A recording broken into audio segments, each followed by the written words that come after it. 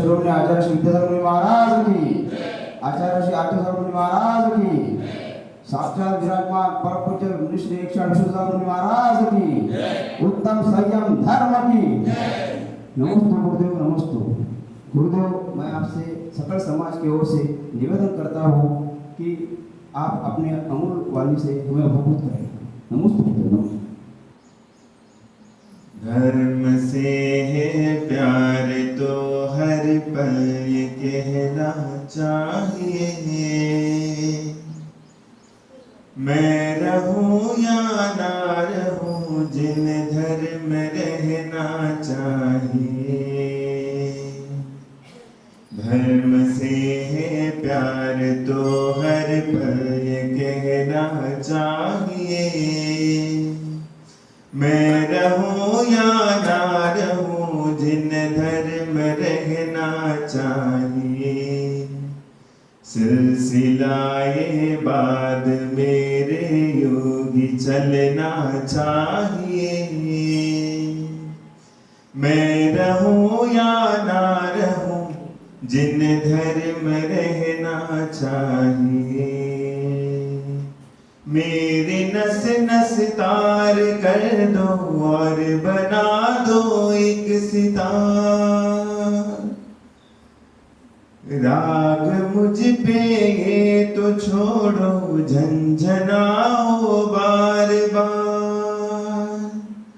धर्म से है प्रेम तो आँखों से दिखना चाहिए, मैं रहूं या ना रहूं जिन धर्म रहना चाहिए।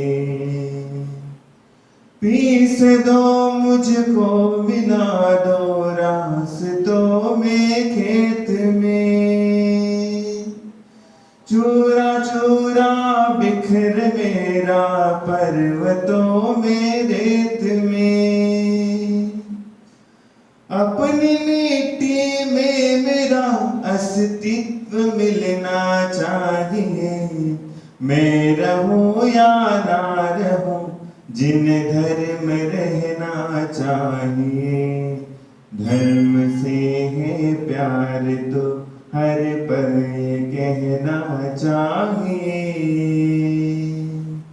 मैं रहूं या ना रहूं जिन धर्म रहना चाहिए, मैं रहूं या ना रहूं जिन धर्म रहना चाहिए।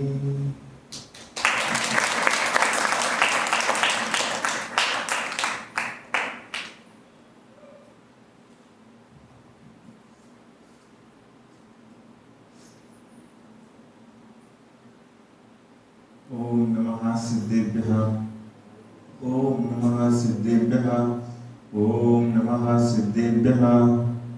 सिद्धं संपूर्ण भव्यार्थं सिद्धे कारणमुत्तमं, प्रशस्त दर्शन ज्ञान चारित्र प्रतिपादनम्।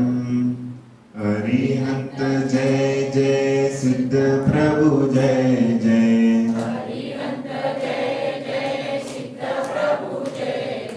साधु जन जय जय जिन धर्म जय जय।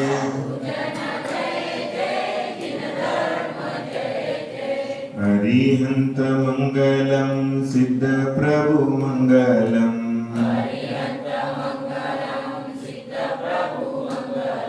साधु जन मंगलम जिन धर्म मंगलम।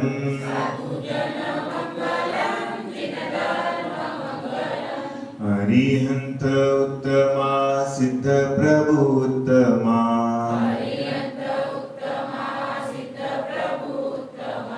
साधु जन उत्तमा जिन धर्म उत्तमा।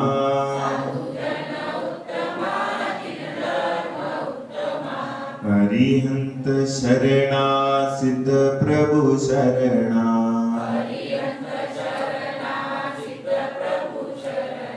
साधु जन शरणा जिन धर्म शरणा।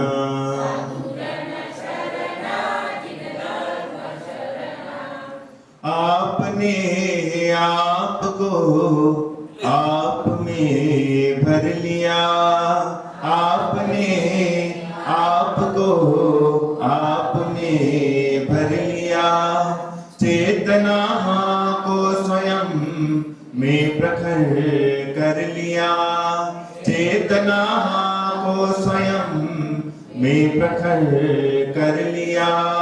वीतरागी प्रभो हे महावीर जिन, वीतरागी प्रभो हे महावीर जिन, आदिनाथ प्रभो तुम हो तारण तरन, आदिनाथ प्रभो तुम हो तारण तरन, आपके वचन में विनम्र नमन, आपके द्वय चरण में विनम्र नमन, आपके द्वय चरण में विनम्र नमन। देवादिदेव प्रथम तीर्थंकर श्री आदिनाथ भगवान की, देवादिदेव श्री चंद्रप्रभ भगवान की, वर्तमान शासन नायक श्री महावीर भगवान की, संत शिरोमणि आचार्य श्री विद्यासागर जी महाराज की, परम पूज्य आचार्य श्री आर्जव सागर जी महाराज की, उत्तम संयम धर्म की, 10 लक्षण महापर्व की।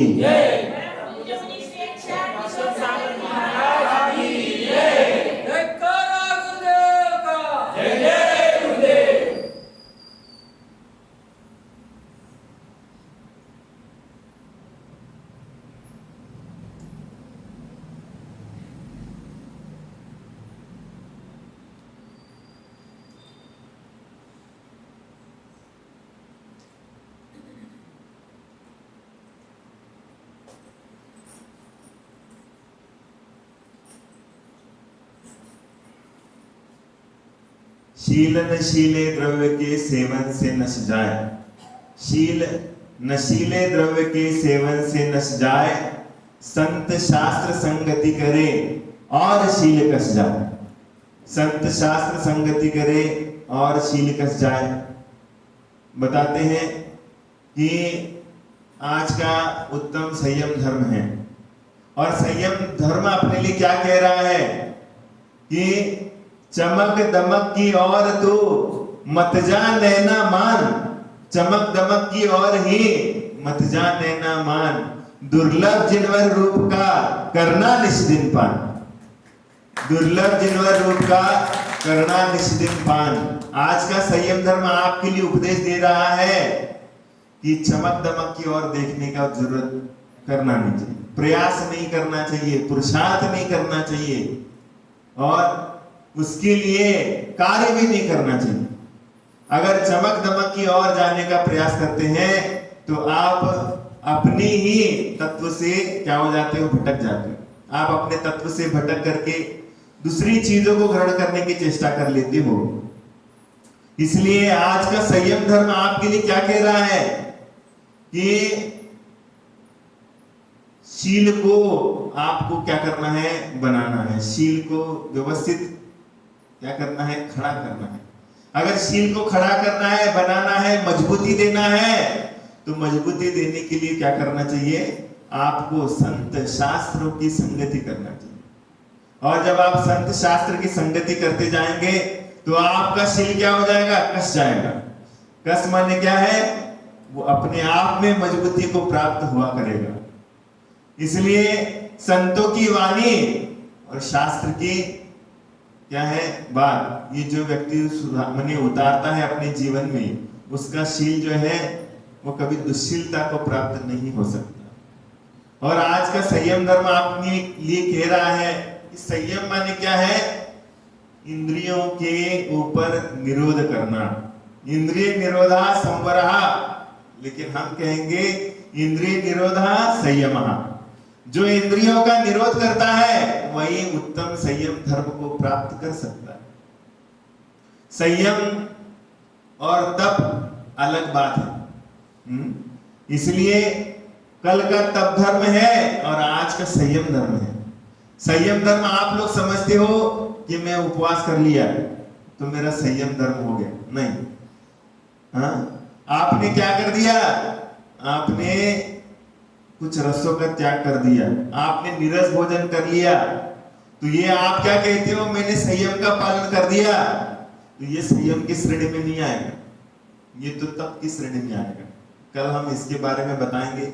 लेकिन आज का संयम धर्म आपके लिए क्या कह रहा है? तो संयम धर्म आपके लिए ये कह रहा है कि चादर छोटी है, पैर लंबे हैं।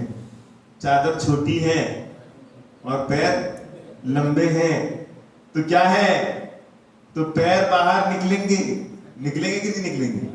चादर छोटी है और पैर अगर लंबे हैं तो चादर के बाहर पैर आ जाएंगे, और अगर पैर को ढकते हो तो सिर बाहर आ जाएगा, है? तो एक तो पैर बाहर आएंगे, नहीं तो सिर बाहर आ जाएगा। ऐसी स्थिति में ना तो हम चादर को बड़ा कर सकते हैं और ना तो हम अपने पैरों को काट सकते हैं, हाँ? ना तो हम अपने चादर को बड़ी बना सकते, क्या नहीं बना सकते, और ना हम क्या कर सकते हैं, ना हम अपने पैरों को काट सकते हैं। तो अब इस समस्या का समाधान क्या है? इस समस्या का समाधान क्या है? तो समस्या का समाधान क्या है, समझ रहे हो तुम लोग? हाँ? इस समस्या का समाधान है तपस्या। इस समस्या का समाधान क्या है? तपस्या। तपस्या माने क्या है, समझे कि नहीं समझे? तो मैं समझाता हूं। मतलब क्या करना है, अपने पैरों को संकुचित कर लेना, माने अपनी इच्छाओं को क्या करना है, संकुचित कर लेना। इसी का नाम उत्तम संयम धर्म है। अपनी इच्छाओं को, अपनी भावनाओं को, अपनी कामनाओं को, अपनी वासनाओं को क्या करना है, संकुचित करना। कछुआ कैसा करता है, हाँ? जब भी उसके लिए कोई डर दिखता है तो वो डर दिखने के बाद क्या करता है, अपने चारों के चारों पैर और सिर क्या कर लेता है, नीचे की तरफ ढांकने का प्रयास करता है। उसी तरीके से आज का संयम धर्म आपके लिए उपदेश दे रहा है कि संसार में दुख ही दुख है, और इस संसार में दुखी है, फिर भी क्या करता है आदमी, इस संसार के दुख को ओढ़ने का काम करता है। लेकिन इस ओढ़ने का काम आप करते हो तो ओढ़ने का काम करने के बाद आप संसार में दुखी हो जाओगे। लेकिन ये उत्तम संयम धर्म कह रहा है कि जब संसार में दुख है तो दुख को मिटाने का कार्य क्या है, कि आप संयम को अंगीकार करो। आप जितनी इच्छाएं हैं उन अनंत इच्छाओं के ऊपर क्या करो, हाँ? इन इच्छाओं के ऊपर विजय प्राप्त करो। और वो विजय प्राप्त करने का एक ही तरीका है संसार में, बाकी संसार में कोई तरीका नहीं है। कहीं पर भी चले जाओ, हाँ? कहीं पर भी चले जाओगे आपको कोई रास्ता नहीं मिलेगा, बस यही एक रास्ता मिलेगा कि जो आपके लिए संयम धर्म की उपलब्धि कराएगा, और वो रास्ता है संयम धर्म। और इंद्रियों का निरोध करना ही क्या है, संयम धर्म है। और इंद्रियों की व्यवस्थाएं पुरा देना, उनकी व्यवस्थाओं को पूर्ति कर देना, ये असंयम है, हाँ? जैसे आप भोजन करते हो तो भोजन करना संयम है कि असंयम है, हाँ?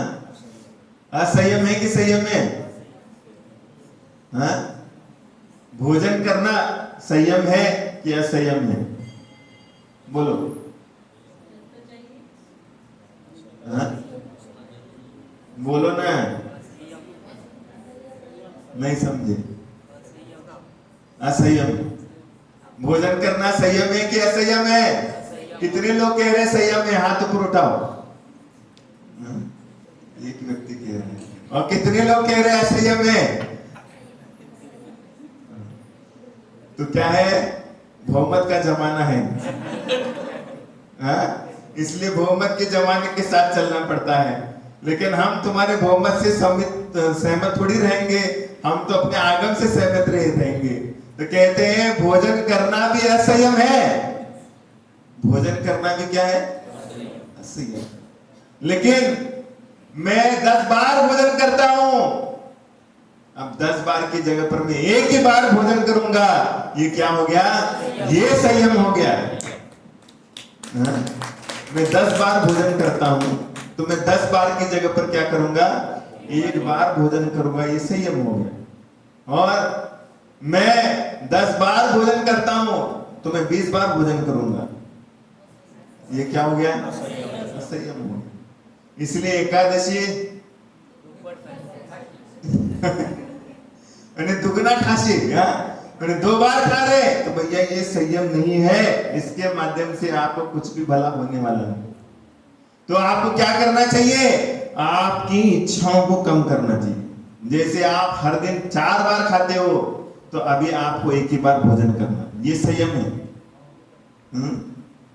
और अगर आप वस्त्रों को पहनते हो, काय के लिए आप वस्त्र कहां कहां पहनते हो, खाने के लिए एक ड्रेस अलग, सोने के लिए एक ड्रेस अलग, घूमने के लिए एक वस्त्र अलग, उसके बाद बेडरूम में घूमने के लिए एक वस्त्र अलग, और उसके बाद दोपहर का सेशन हो गया, दोपहर में जाना है ऑफिस में तो उसके बाद वस्त्र अलग, अगर कोई खास व्यक्ति को मिलना है तो उसका वस्त्र अलग, ये सारे वस्त्र अलग है।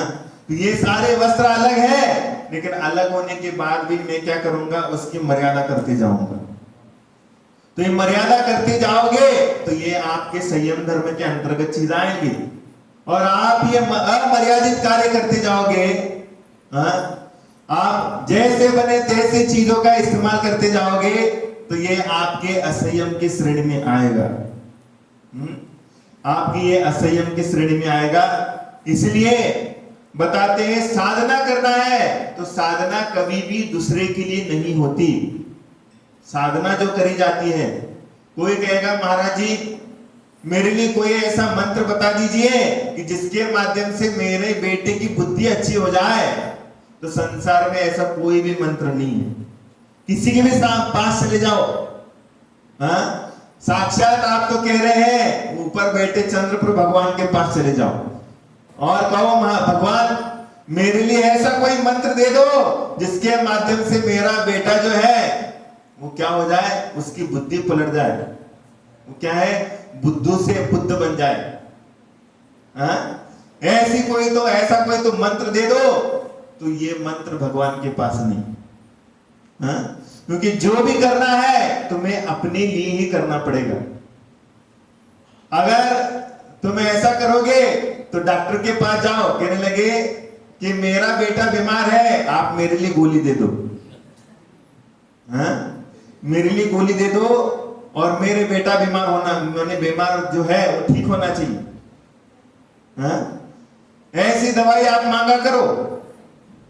मैंने क्या है, आपके घर में कोई बीमार व्यक्ति है तो बीमार व्यक्ति की जगह पर आप गोली खाना, आप अपने लिए ट्रीटमेंट ले लेना और बीमार व्यक्ति को कुछ भी मत करना, तो उसकी बीमारी ठीक होगी क्या?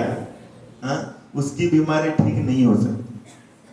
अगर उसकी बीमारी को आपको ठीक करना है तो उसकी बीमारी को ठीक करने का एक ही इलाज है, वो इलाज है उत्तम संयम धर्म, एक ही मात्र इलाज है, उसके माध्यम से वो अपने आप को ठीक कर सकता है, इसके अलावा कोई नहीं। अगर आपकी बीमारी को भी ठीक करना है, अपने आप को संयमित रहना पड़ेगा। क्या करना पड़ेगा? संयमित। मैंने क्या यहां पर आपके लिए क्या है, नीम के पत्ते का रस भी नहीं लेना है, लेकिन आपको क्या करना पड़ेगा, नीम के पत्तों का रस हर दिन सेवन करना पड़ेगा। और इन सारी चीजों का जो अच्छी चीज है, जो बहुत अच्छी लगती है जीभ को, उसको क्या करना पड़ेगा, छोड़ना पड़ेगा। तब जाकर के आप उसके माध्यम से संयम धर्म की उपलब्धि को प्राप्त कर सकते हैं। हर चीज को प्राप्त करना है तो हर चीज को प्राप्ति का साधना है, उस साधना के माध्यम से आप उस चीज को प्राप्त कर सकते हो, और उसके बगैर आप साधना कर नहीं सकते। अगर कोई ने पूछा कि महाराज गुरु चेले के लिए साधना करेगा कि गुरु कभी चेले के लिए साधना करता नहीं। मां कभी अपने बेटे के लिए साधना करती है तो वो बेटा कभी भी कारीगर नहीं होता। साधना अपने लिए ही करी जाती है। जब भी साधना करोगे, साधना का एक ही जोड़ है, और वो जोड़ है अपने लिए करना। सब कुछ चीजें करना है अपने लिए। तो इसलिए तो क्या कहते हैं महाराज जी, आप भी हमारे लिए साधना करो ना। कोई कहता है महाराज जी लोगों को सबके लिए साधना करनी चाहिए। महाराज जी लोगों को क्या करना चाहिए? सबके लिए साधना बढ़ानी चाहिए। लेकिन भैया साधना कभी भी दूसरे के लिए नहीं करी जाती। अब आप ही सोचो कि साधना कैसे बनेगी। क्या देखो, मैं एक आंख से, मैं आंखें दोनों बंद कराऊं, मैं एक आंख से भक्तों को देखता हूं और एक आंख से भगवान को देखता हूं। एक आंख से मैं भक्तों को देख रहा हूं और एक आंख से मैं भगवान को देख रहा हूं। तो मेरे लिए कहां पर पुण्य है? कहां पर पुण्य मिलेगा? मैं एक आंख से भक्तों को देख रहा हूं, एक आंख से मैं भगवान को देख रहा हूं। बताओ किसमें ज्यादा पुण्य है? भगवान को देखने में पुण्य है। कैसे पुण्य है?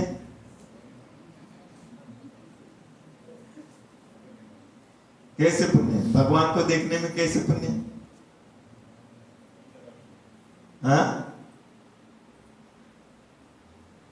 भगवान को देखने में क्या का पुण्य है? क्योंकि मैं उसी को देखना पसंद करूंगा जो मेरे लिए बनना है। उसी को अगर देखने का पुरुषार्थ करोगे तो तुम उस सीढ़ी पे जाकर के बैठ जाओ। अगर मुनिराज भक्तों को देखते हुए बैठ जाएंगे तो वो भी अगले जन्म में क्या बन जाएंगे? कमबख्त बन जाएंगे। वो कमबख्त बन जाएंगे। और मुनिराज भगवान की तरफ देखने की चेष्टा करेंगे तो अगले जन्म में वो भी क्या बन जाएंगे? वो भी भगवान बन जाएंगे। इसलिए मुनिराज भक्तों को नहीं देखेंगे, भगवान को देखने की चेष्टा करेंगे। इसलिए साधना किसके लिए? साधना अपने लिए। अपन को क्या बनना है? आगामी काल में बहुत बड़ा पद हासिल करना है और वो है जिनेंद्र का पद। जिनेंद्र का पद हासिल करना है तो जिनेंद्र भगवान की साधनाओं को स्वीकार करना पड़ेगा। और इसलिए मुनिराज क्या करते हैं? रास्ते में चल रहे हैं। मुनिराज चल रहे हैं रास्ते में चलते हैं तो क्या करते हैं? तो वो चींटी को क्या करते हैं? चींटी को देख करके चलते हैं कि चींटी को बचा करके चलते हैं।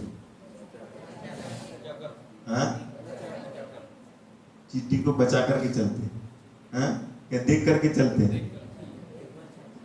बोलो ना।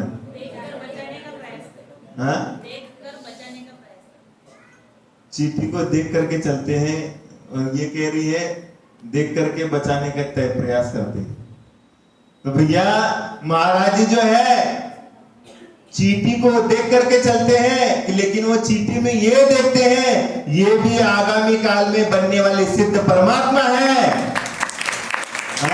ये भी आगे आने वाले काल में क्या है? ये भी परमात्मा बनने वाला है। इसलिए उसको भी देख करके ये भी सिद्ध परमेष्ठी है ऐसा मान करके चलते हैं। फिर क्या करते हैं? उसको बचाते हैं। तो इसी तरीके से जो भी कार्य चल रहा है, ये जो भी कार्य चलता है, ये संयम धर्म अपने लिए क्या कह रहा है? तुम अपने लिए जो कार्य कर रहे हो। कोई कहता है कि मैं अगर 2 टाइम का भोजन 1 टाइम कर लूंगा तो 1 टाइम का भोजन बच जाएगा। तो नहीं, तुम बचा नहीं रहे हो, तुम तो क्या कर रहे हो? अपने आप का पुण्य बढ़ा रहे हो। ये नजरिया तुम्हारे अंदर आना चाहिए। तो ये आज का धर्म कह रहा है कि आद हिदम कादवम जदि सक्कै पर हिदम च कादवम, आद हिदाद पर हिदादो आद हिदो सुट्टु कायवम। कहते हैं सबसे पहले आत्महित करना चाहिए। अगर आद हिदम कादवम, आत्महित सबसे महत्वपूर्ण प्रथम सीढ़ी है। और उसके बाद अगर आपको समय मिलता है तो परहिदादो, तो क्या करो? आप परहित भी करो। आत्महित करना और परहित करना ये दोनों भी अच्छी बात है। लेकिन जब आपको चुनाव करने का मौका आएगा कि आपको अपना आत्म कल्याण करना है या पर का कल्याण करना है, ऐसे चुनाव का मौका आएगा तो सबसे पहले चुनाव करना है तो आदिदम सुट्टुकारवम, सबसे पहले अगर चुनाव करना है तो अपनी आत्मा के कल्याण का चुनाव करना चाहिए, तभी जाकर के आपका कल्याण हो सकता है। अपनी आत्मा का कल्याण करना चाहिए, सबसे पहले अपने कल्याण का रास्ता नापना चाहिए। आपको जो जीवन मिला है वो दूसरे के लिए नहीं मिला है। आपके लिए जो भी समय मिला है वो समय आपके लिए ही मिला है, आपके लिए मिला है, लेकिन आप ये समय दूसरे के कार्यों में व्यर्थ में खर्चा कर देते हो और कहते हो मैंने बहुत अच्छा काम कर दिया। लेकिन आज तक इस दुनिया में क्या कर दिया, जिसने दूसरे को समय दिया है वो कभी तक आज तक ऊपर उठा नहीं। जिसने दूसरे को समय दिया और जिसने आज तक अपने आप को समय दिया है वो संसार में त्रिलोक पूज्य बन चुका है, आज भी उसको याद किया जाता है, जिसने अपने आप को समय दिया। तो अपने आप को समय देना माने क्या है, परोपकार करना छोड़ना नहीं, परोपकार करना भी क्या है, ये भी आत्महित करने का ही रास्ता। लेकिन कब परोपकार कब करोगे, जब आप अपना हित करने के बाद जब समय मिलता है तब आप परोपकार करने की चेष्टा करोगे। नहीं तो अपना हित छोड़ करके परोपकार में लगने की चेष्टा करोगे तो ये संयम धर्म आपको सिखाएगा नहीं, ये संयम धर्म से आप च्युत हो जाओगे।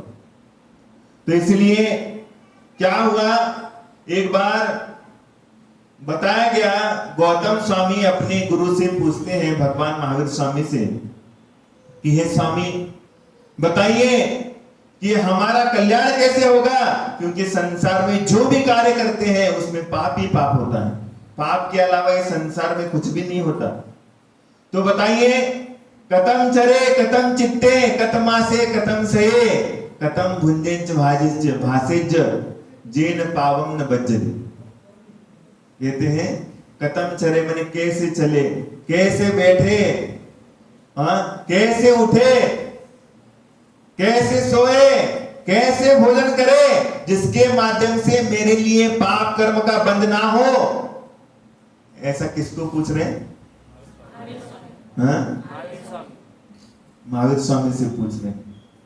महावीर स्वामी से पूछ रहे हैं, भगवान इस संसार में जो भी क्रियाएं करी है वो सारी क्रियाओं में पाप है, तो बताइए कि मैं किस प्रकार से इस पाप से छूट सकता हूं। कतम चरे कतम चित्ते कतमासे कतम सये कतम भुंजेंज भासेज, क्या है, एवं पापन बज्जति। तो फिर महावीर स्वामी जवाब देते हैं, एक ही लाइन में जवाब देते हैं। क्या जवाब देते हैं? जदम चरे जदम चित्ते जदमासे जदम सये जदम भुंजेंज भासेज जेन पापम न बज्जति। कहते हैं कि आप यत्नाचार पूर्वक चलो। क्या करो? आप यत्नाचार पूर्वक चलो, यत्नाचार पूर्वक बैठो, यत्नाचार पूर्वक क्या करो? सो, और क्या करना है? यत्नाचार पूर्वक भोजन करने की चेष्टा करो, और यत्नाचार पूर्वक अपने जीवन की हर क्रियाएं करते रहेंगे तो इसके माध्यम से आपके जीवन में कभी भी पाप का असर नहीं होगा। इसलिए यत्नाचार पूर्वक चलने का प्रयास आपको करना चाहिए। तो ये उपदेश महावीर स्वामी ने गौतम को बताया। यत्नाचार पूर्वक चलना माने क्या करना है? यत्नाचार पूर्वक चलना माने क्या करना है? यत्नाचार पूर्वक चलना माने क्या करना है?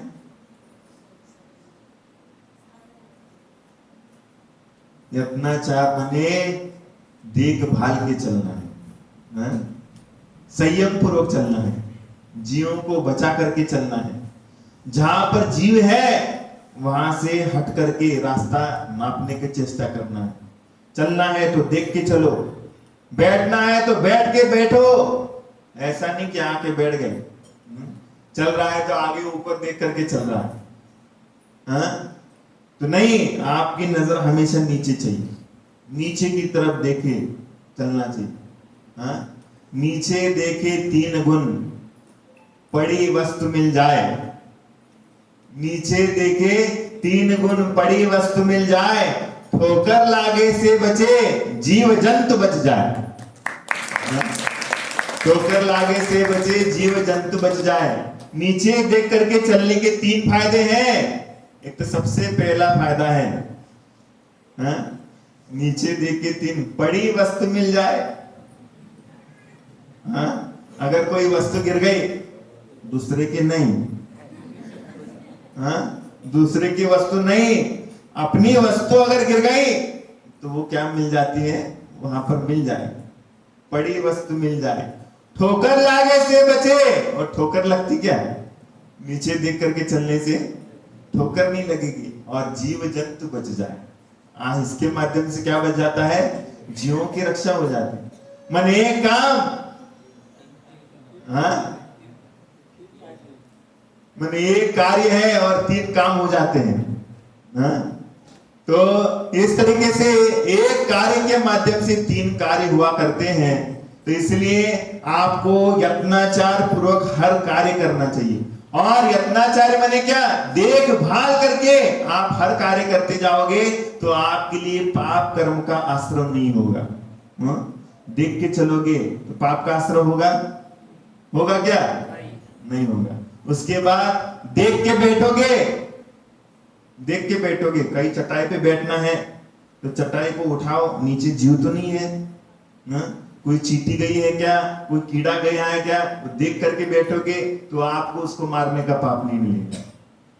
उसके बाद जब आप कदम सहे, कैसे सोना चाहिए, जहां पर अपनी शैया होती है उसको पहले निर्जंतुक करो, प्राश्चित बना दो, हाँ? कि कहीं जीव तो नहीं है उसमें, तो उसको परिमार्जन करो, फिर सो जाओ, हाँ? और उसके बाद कतम भुंजेंज भासेज, और किस प्रकार से हम क्या है, किस प्रकार का भोजन कर सकते हैं, कौन सा भोजन करना चाहिए, हाँ? तो भोजन वो करना चाहिए जिस माध्यम से अपने इंद्रियां पुष्ट नहीं होती, हाँ? अपनी इंद्रियों को ज्यादा ताकत नहीं मिलती, ऐसा भोजन करो तो क्या होगा, आपके लिए पाप करने की प्रवृत्ति नहीं रहेगी। आप तामसिक भोजन करोगे तो तामसिक भोजन करने के बाद कैसा होगा, आपकी प्रवृत्ति कैसे होगी, कभी भी आपके चलने के माध्यम से समझ में आता है कि इस व्यक्ति के भाव कैसे। इसलिए लक्षण शास्त्र में बताया गया है, जिसकी बहुत क्या हो जाता है, बहुत तेज चाल होती है, वो कैसा रहता है, वो बहुत ही क्रोधी रहता है। और जो नॉर्मल चाल के साथ चलता है तो वो कैसा रहता है, तेज चाल के साथ कैसा चलता है, अकड़ के चलता है, माने ऊपर देख करके चलता है, अकड़पन उसके जीवन में रहता है। तो जिसके जीवन में अकड़पन रहता है वो सबसे ज्यादा क्रोधी होता है, घमंडी होता है, सबसे ज्यादा पापी होता है, हाँ? इसलिए उसके साथ व्यवहार आपको करना है तो बच करके करना चाहिए। और जो नीचे मुंडी झुका करके चलता है, हाँ? जिसकी चाल कैसी है, मदमस्त है, हाथी की चाल जैसी है, तो वो व्यक्ति प्रशस्त चाल वाला है, और वो व्यक्ति अपने लिए क्या है, वरदान है। उस व्यक्ति के साथ क्या करना चाहिए, अपना व्यवहार चालू करना चाहिए। और जो व्यक्ति बहुत ज्यादा चंचल है, ये करूं कि वो करूं, वो करूं कि ये करूं, ज्यादा चंचलता जिसके जीवन में है, उस व्यक्ति के साथ कभी भी व्यवहार स्थापित नहीं करना, क्योंकि वो व्यक्ति इसकी टोपी उसके सिर और उसकी टोपी इसके सिर करने वाला होता है। तो ये दूसरे को टोपी पहनाने वाले होते हैं, तो वो बहुत ज्यादा चंचल होते हैं, बहुत ही चंचल होते हैं। इनके साथ कभी भी व्यवहार स्थापित नहीं करना चाहिए, हाँ? तो ये इसलिए बताते हैं यत्नाचार पूर्वक अपन क्या करो, भोजन करो। भोजन भी कैसा होना चाहिए, सात्विक होना चाहिए, दाल रोटी सब्जी चावल, हाँ? और कभी कभार मीठा, हाँ? कभी कभार मीठा, ये सादा भोजन होना चाहिए। और चाहते हो तो सात्विक भोजन तभी माना जाता है जब आप रात्रि भोजन नहीं करते, कोई कहेगा मैं दाल रोटी सब्जी चावल तो खाता हूं लेकिन रात में 1 बजे खाता हूं। हाँ? क्या हो जाता है? सब्जी चावल में तो सब्जी चावल ही खाते हैं। कहते हैं महाराष्ट्रियन मराठी लोग क्या करते हैं, क्या खाते हैं? झुनका भाकर खाते हैं, झुनका भाकर। लेकिन झुनका भाकर तो खाते हैं, लेकिन भाकर कब की होती है? हाँ बोलो ना। हाँ? भाकर कब की होती है? भाकर बासी होती है। हाँ? माने वो भाकर कब की रहती है? माने परसों की 2 दिन पहले की बनी हुई रहती है। हाँ? सवेरे के शाम में। अरे तुम लोग सवेरे के शाम में खाते हो कि कल की सवेरे खाते हो? हाँ? कल की सवेरे। हमें बता दीजिए, मेरे को सब मालूम है कितना सात्विक भोजन करते हो। हाँ? सात्विक भोजन करने वाले की मनस्थिति बहुत अलग रहती है। जो व्यक्ति कल का बासी भोजन खाता है और कह रहा है महाराज जी मैं तो दाल रोटी सब्जी चावल खा रहा हूं, तो वो सात्विक भोजन नहीं, वो तामसिक भोजन है। क्या है? क्योंकि रोटी कल की है, वो बासी होती है, और बासी रोटी में भी तामसिकता आ जाती है। ऐसा नहीं कि तुम रोटी खा रहे हो इसका मतलब क्या है वो सात्विक है। हाँ? बाजार के आप बहुत सारी चीजें खाते हो, बाजार के नमकीन, बाजार के पापड़, बाजार के क्या खाते हो? अचार। हाँ? अचार सबसे बड़ा तामसिक वस्तु है। हाँ? और उसके बाद बने बनाए गुलाब जामुन, मिठाई। हाँ? नहीं, आपके लिए भी चल रहा है, जो नहीं खाते उनके लिए। अब तुम नहीं खाते माने संसार नहीं खाता क्या? हाँ? बोलो, ये सभी लोग खाते कि नहीं खाते? हाँ? बाजार का अचार खाते कि नहीं? हाँ? बाजार का पापड़ खाते कि नहीं? बाजार का पापड़ खाते कि नहीं खाते? बोलो, खाते कि नहीं खाते?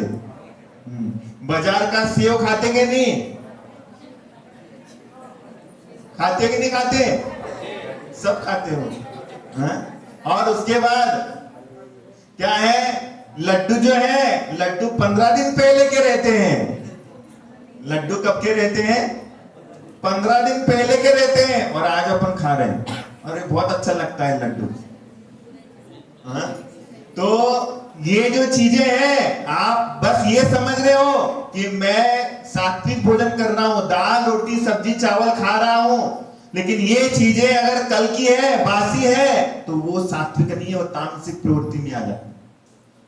वो चीजें तामसिक हो जाएंगी क्योंकि उसमें जीव पैदा होते हैं। हाँ? और जीव पैदा होते हैं इसलिए वो क्या है? वो भी मांसाहार है। इसलिए आप ये कतई नहीं कह सकते हैं कि हम क्या है, झुनका भाकर खाते हैं और हम सात्विक भोजन कर रहे हैं। तो भैया झुनका भाकर सात्विक कब हो जाएगा? जब अब की बनी रोटी है और आपका बना बेसन है, तो तुम्हारा भोजन सात्विक है। और कल की बासी रोटी, हाँ, और कल का ही बेसन है या फिर आज का ही बेसन बनाया है, कल की बासी रोटी है, तो वो तुम्हारा सात्विक भोजन नहीं। वो तुम्हारे इंद्रियों को अच्छी विचारधाराओं में लेके नहीं जाने वाला है। वो जो भोजन है तुम्हारे इंद्रियों को गलत विचारधाराओं की तरफ आकर्षित करने वाला। इसलिए ये बताते यत्नाचार पूर्वक भोजन करना है, माने जो चीजें अपन को खाना चाहिए उसी को अपन इस्तेमाल करना चाहिए, दूसरी चीजों का यहां पर इस्तेमाल नहीं करना चाहिए। तो आज का संयम धर्म ये कह रहा है कि जब आप मर्यादा का भोजन करोगे तो आपके जीवन में मर्यादा आएंगी। मर्यादित भोजन करोगे तो आपकी जीवन में मर्यादा आएंगी, और आप अमर्यादित भोजन करोगे तो आपके जीवन में क्या आएगा? बोलो ना, आपके जीवन में मर्यादा आ जाएंगी? आएगी क्या? आपकी जीवन में मर्यादा तभी आ सकती है जब आप मर्यादित भोजन करोगे। आपके जीवन में अमर्यादा कब आएगी? जब अमर्यादित भोजन करोगे। तो इसीलिए क्या हुआ, मैं एक चित्रण बता रहा हूं तुम्हारे लिए कि रावण ने सीता का अपहरण कर लिया कि नहीं कर लिया? कर लिया था। हाँ, सच है कि नहीं? हाँ। रावण ने सीता का अपहरण कर लिया और सीता का अपहरण करने के बाद रावण ने सीता को बहुत ऐसे प्रक्रिया करी जिसमें सीता का मन परिवर्तन करने की चेष्टा करी। मन परिवर्तन करने का हर तरीका का अपनाया, हथकंडा अपनाया, उसके मन को फुसलाने का हर तरीके का उपाय किया, लेकिन किसी भी चीज में वो सफल नहीं हो पाया। किसी भी हथकंडे में रावण सफल नहीं हो पाया।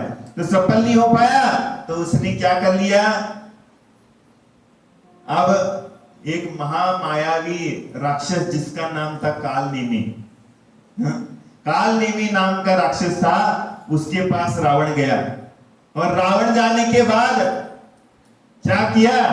रावण ने कालनेमी को बोला, हे कालनेमी, तो इतना बड़ा मायावी है, मेरे लिए कोई तो उपाय बता दे जिसके माध्यम से सीता मेरी पत्नी हो जाए। तो कुछ ना कुछ तो उपाय बता दे जिसके माध्यम से सीता मेरी पत्नी हो जाए। तो कालनेमी कहता है, उपाय तो बहुत सीधा है। कहने लगे, उपाय तो बहुत सीधा है। कहने लगे, आप राम का रूप धारण कर लो तो सीता हमेशा आपके साथ रहेगी। हाँ? तो क्या है? आप राम का रूप बदल लो, आप राम का रूप धारण कर लो। तो रावण के शब्द देखो, ध्यान रखने लायक है। रावण के शब्द कहते, कालनेमी, तू जो बता रहा है उपाय, वो उपाय इतना सरल नहीं है। हाँ? कहने लगे, तू बोल रहा है कि राम का रूप धारण कर ले, लेकिन जब भी मैं राम का रूप धारण करता हूं तो हर स्त्री मेरे लिए माता के समान दिख जाती है। हाँ? हर स्त्री जो है वो मेरे लिए माता के समान दिख जाती है, तो मैं कैसे राम का रूप धारण कर लूं? कितनी बड़ी विशेषता है। हाँ? कितनी बड़ी विशेषता है। क्यों है विशेषता? राम का रूप धारण कर लिया तो मेरे आंखों में, मेरे चरित्र में, मेरे व्यवहार में हर जो है स्त्री वो माता के समान दिखने में आ जाती। ये क्यों हो गया? हाँ? मर्यादा। हाँ? क्या है? जदम चरे जदम चित्ते जदमासे जदम सहे जदम पुंजंज भासे जेन पापम न बंजनी। यत्नाचार पूर्वक जीवन जिया, हर चीज देखभाल करके करे, हर चीज मर्यादा के साथ करे, मर्यादा के बाहर कोई कार्य नहीं किया। कुछ किया क्या? हाँ? कोई भी कार्य मर्यादा के बाहर नहीं किया। भोजन भी मर्यादा का, जीवन भी मर्यादा का, हाँ? व्यवहार भी मर्यादा का जीवन किया, व्यवहार भी मर्यादा के साथ किया। इसलिए श्री राम के आगे मर्यादा पुरुषोत्तम नाम दिया गया। हाँ? मर्यादा पुरुषोत्तम नाम दिया। और तुम्हारे लिए क्या नाम देना चाहिए? हाँ? क्या नाम देना चाहिए? अमर्यादित। हाँ? अमर्यादित। क्योंकि आजकल कंपनी भी डेवलप करते हैं तो उसके सामने क्या लिखते हैं? अनलिमिटेड। अनलिमिटेड हो के लिमिटेड हो, प्राइवेट लिमिटेड लिखते हैं, लेकिन होता अनलिमिटेड है। क्योंकि हाथी के दांत दिखाने के अलग है, खाने के अलग है। वैसे ही कलियुग के मनुष्यों का दिखाने के दांत अलग होते हैं और खाने के दांत अलग होते हैं मनुष्यों के। हाँ? इसलिए मैं कह रहा हूं, सावधानी से, आज का संयम धर्म आपके लिए कह रहा है, मर्यादित जियो, मर्यादा में रहो। मर्यादा में रहने वाला व्यक्ति हमेशा ऊंचा उठता है, और जो अमर्यादित जीवन जीता है वो हमेशा नीचे की तरफ जाता है। इसलिए कि संसार में तीन चीजें हुआ करती है, एक तो प्रकृति, दूसरी विकृति और तीसरी संस्कृति। हाँ? भूख लगने पर भोजन करना ये प्रकृति है, भूख लगने के बाद भोजन करना ये प्रकृति है, और भूख नहीं लगने के बाद भी भोजन करना ये विकृति है। भूख नहीं लगने के बाद भी भोजन करना विकृति है, और खुद भूखा रह करके किसी दूसरे भूखे को भोजन खिलाना, ये भारत देश की संस्कृति है। ये अपने देश की संस्कृति है, ये जैन संस्कृति है। क्या होता है? ये जैन संस्कृति होती है। इसमें सबसे पहले भूखे को खाना खिलाने को बोल देते, फिर अपन स्वयं भोजन करते। तो इस तरीके से अपने जीवन में इन चीजों को अगर धारण करते हो तो सबसे पहले इंद्रियों का निरोध करना सीखो। अपन जो भी कार्य कर रहे हैं इंद्रियों को पुष्ट करने के लिए कभी नहीं करना। इंद्रियों को क्या करना है? जितना शिथिल कर सकते हो उन शिथिलता की तरफ ले जाने का कार्यक्रम करना है, तो आपके जीवन में उत्तम संयम धर्म आए। तो एक बात बता रहे हैं कि कबीरदास जी एक बार जा रहे थे और पहले की महिलाएं क्या करती थी मालूम है? आटा पीसती थी चक्की के ऊपर। हाँ, चक्की में पीसती थी। इसमें कोई महिलाएं जो आटा पीसी चक्की में? हाँ, देखो ताली बजा दो, एक तो महिला में आटा चक्की में पीसी है, ये भी है, दो है। तो पहले की महिलाएं आटा पीसती थी चक्की में और कबीरदास जी जा रहे थे, उसमें उन्होंने दोहा का वर्णन लिखा। चलती चक्की देख के दिया कबीरा रोए, दो पाटन के बीच में साबुत बचाना कोई। मैंने क्या है? जब चलती चक्की है, चक्की अगर चलती है तो क्या होता है? उसमें जो अनाज होता है वो अनाज क्या हो जाता है? पिसता कि नहीं पिसता? हाँ, पिसता कि नहीं पिसता? और वो पीस करके क्या बन जाता है? उसका तो आटा बन जाता है। और उसी तरीके से संसारी व्यक्ति क्या कर रहा है? संसारी व्यक्ति संसार में क्या कर रहा है? पीस रहा है, और पीस करके अपने आप को आटा बना रहा है।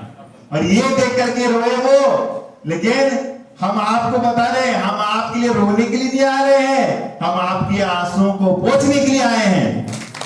तो ये देख करके हम आपको बता रहे हैं कि चलती चक्की देखकर हंसी आवे मोए। चलती चक्की देखकर हंसी आवे मोए, और कीली से चिपका रहे साबित रहता सोए। कहते कीली से चिपका रहे साबित रहता सोए।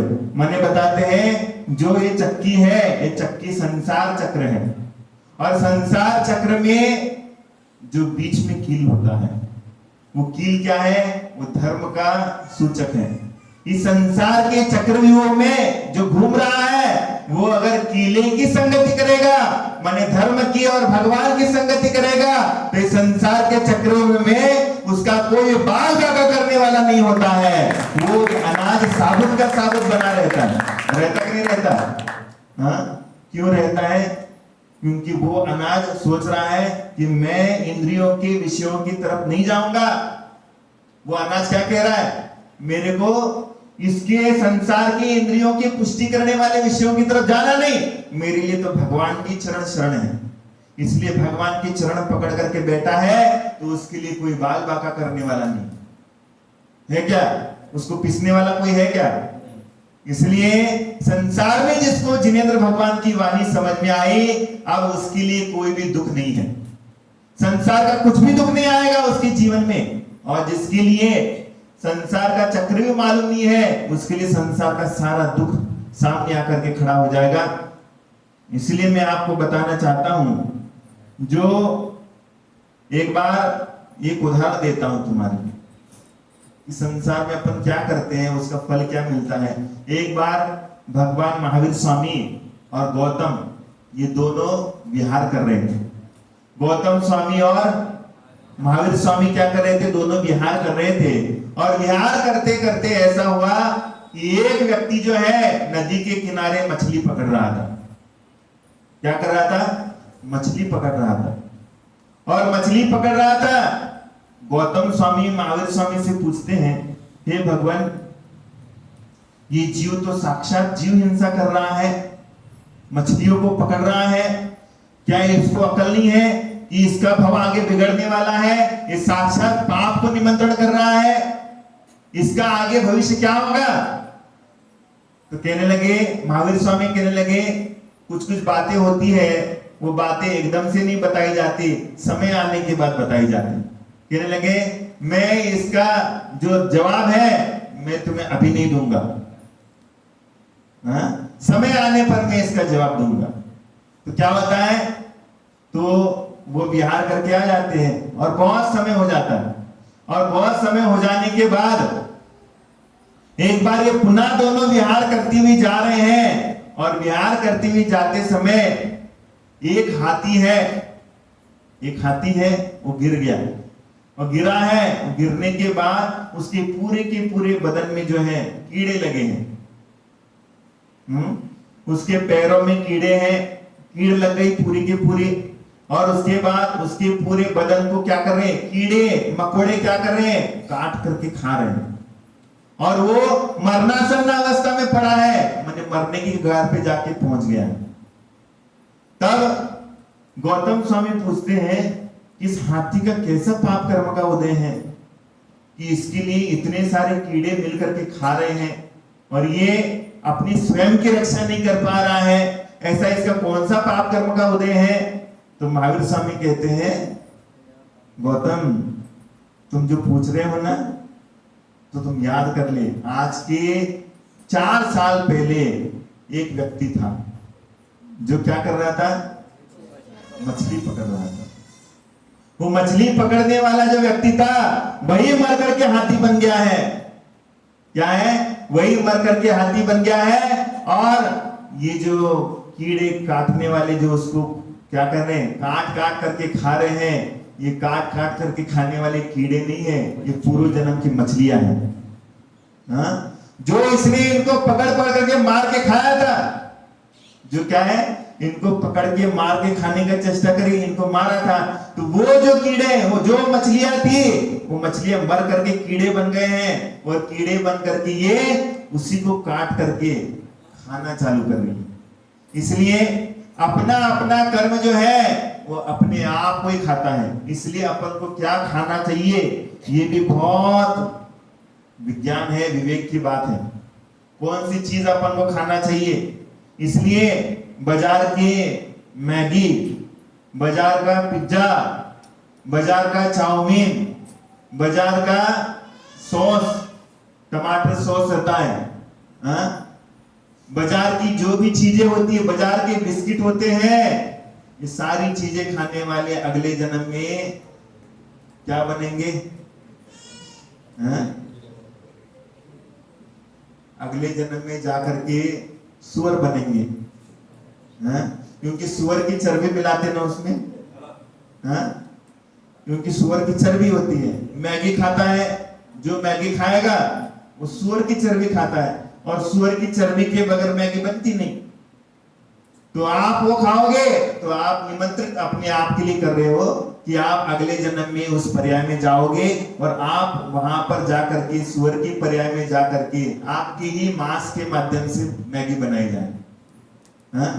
इसलिए ये संयम धर्म आपको ये शिक्षा दे रहा है कि क्या खा रहे हो, कैसा ओढ़ रहे हो, कैसा पहनावा। मर्यादा के बाहर अगर कोई महिलाएं जाती है, अगर कोई मर्यादा भंग करते हुए अपने जीवन को जीने का प्रयास करती है, तो वो आगे जाकर के कुलटा बनती है, माने वेश्या बनती है। जो भी महिलाएं हैं जो सोच रही है कि मैं ऐसा कपड़ा पहनूंगी, मैं वैसा कपड़ा पहनूंगी, मैं अपना सिर नहीं ढाकूंगी, क्यों, क्या जरूरत मेरे को सिर ढाकने की? मर्यादा के बाहर रहूंगी तो कौन मेरे लिए पूछने वाला है? अगर होता है पूछने वाला तो देखूंगी उसके लिए। तो ऐसा करने वाली महिलाएं अभी अपने अगले भाव के बारे में नहीं सोच रही, अपने अगले आने वाले पर्याय के बारे में नहीं सोच रही है कि वो क्या हो रही है। इसलिए जो मर्यादा के साथ रहती है, सीता का कोई बाल बांका कर सका क्या? इतना बड़ा शरीरवान, बलवान, इतना पराक्रमी रावण, वो उसको हाथ तक नहीं लगा पाया। क्यों नहीं लगा पाया? क्योंकि वो कैसी थी? मर्यादित रहने वाली स्त्री थी, मर्यादा में रहने वाली स्त्री थी। और जो भी कुलीन महिलाएं होती है, वो कुलीन महिलाएं कभी भी अपने अंग का प्रदर्शन नहीं करती। कोई भी महिलाएं अपने अंग का प्रदर्शन नहीं करेंगी, अपना कोई भी हिस्सा दिखाएंगे नहीं, अपने आभूषण भी ना क्यों ना हो वो दिखाएंगे नहीं, अपना सिर के बाल नहीं दिखाएगी। कितनी भी कुलीन महिला होती, जो ऊंचे खानदान की होती है ना, वो कभी भी अपना बाल नहीं दिखाती दूसरे को। हाँ, और यहाँ मंदिर में आएंगे तो सिर ढाकेंगे और बाहर जाए तो छोड़ दिया पल्लू, घूमना चालू कर दिया। हाँ, तो ये अगले जन्म में हम ये कह रहे हैं, आप कितना भी यहाँ पर तपस्या करो, लेकिन आप मर्यादा के बाहर रहोगी इस पर्याय में, क्योंकि आप जिस पर्याय में हो उस पर्याय का बहुत अच्छी तरीके से रोल अदा करना पड़ेगा आपको, तब जाकर के इस पर्याय से मुक्ति मिलेगी। अगर आप इस पर्याय में अच्छा रोल नहीं किया, आपकी मर्यादा नहीं भंग करने का कारण यह होगा अगली पर्याय में भी आपको स्त्री पर्याय मिलने वाली।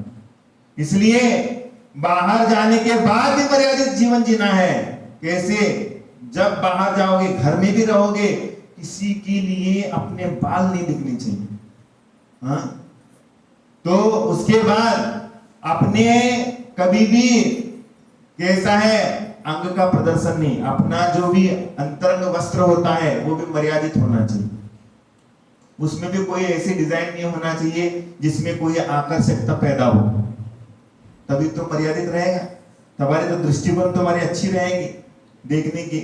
तो ये सारी चीजें तुम्हारे जीवन में होंगी तो तुमने आज संयम धर्म को अच्छी तरीके से जीवन में समझ लिया, बस इतना भी कर लिया तो तुमने आज उत्तम संयम धर्म अच्छी तरीके से समझ लिया। और अगर ये नहीं समझा तुमने जीवन में, तो अगली पर्याय में क्या मिलेगा? जैन कुल तो मिलने वाला नहीं। जो कहेंगे, जो भी, चाहे लड़कियां हो चाहे महिलाएं हैं, जो भी अपनी मर्यादा से रहित जीवन जीने का प्रयास करती है, वो अगले जन्म में उल्टा बनती है। ये ध्यान में रखो, ये आगम का विधान है। क्योंकि कोई भी जो चीजें पकड़ करके तुम्हारे लिए वेश्याओं का व्यापार करने के लिए भेजा जाएगा, तुम्हारी इच्छा नहीं है, लेकिन तुम्हें पकड़ करके वहां पर ले जाएंगे। क्यों? क्योंकि तुमने पूर्व जन्म में अपनी अमर्यादा का क्या कर दिया? प्रदर्शन कर लिया। इसलिए ये संयम धर्म आपको संयमित जीवन जीने का शिक्षा दे रहा है। तो संयमित जीवन जीने का बहुत अच्छा ढंग अपने जीवन में लाओ। हाँ, तो अब जा करके आपकी जीवन की रक्षा होगी, आपकी शील की रक्षा होगी। और जहां पर आपकी शील की रक्षा हो जाती है, वहां पर संसार का कोई भी महापुरुष आपकी तरफ उल्टी नजरों से देखने की चेष्टा कर ही नहीं सकता है। हाँ, और आपका बाल बांका नहीं कर सकता, आपके पास शील है। तो सबसे पहले इन चीजों को समझना चाहिए। इसलिए मैं अंतिम पंक्ति के साथ अपने वाणी को विराम दूंगा। सबसे पहली बात, व्यक्ति की पहचान समाज से होती है। व्यक्ति की पहचान समाज से होती है। लड़की और महिला समझने के बाद, देखने के बाद समझ में आता है कि व्यक्ति कौन से घराने की है। अगर मर्यादा के साथ रहती है तो यही समझ में आता है कि खानदानी, ऊंचे खानदान की व्यक्ति है ये। हाँ? और व्यक्ति की पहचान समाज से होती है और समाज की पहचान संत से होती है। समाज की पहचान संत से होती है और संत की पहचान भगवान से होती है। संत की पहचान भगवान से होती है और भगवान की पहचान संयम का पालन करने से होती है। जीवन में कितना संयम पालन किया है, उसके माध्यम से भगवान की भी परीक्षा होती है। इसलिए आज आप इतना समझ लो कि जीवन में इंद्रियों को पुष्ट करने वाले जितने भी विषय हैं, उनको मर्यादित रहते हुए रखना, ये संयम धर्म है। हाँ? तो ये संयम धर्म अगर आप अपनाओगे तो आपके जीवन में बहुत खुशहाली आएगी। इसी भावना के साथ अपनी वाणी को विराम देता हूँ। जय बोलो महावीर भगवान की। बैठो।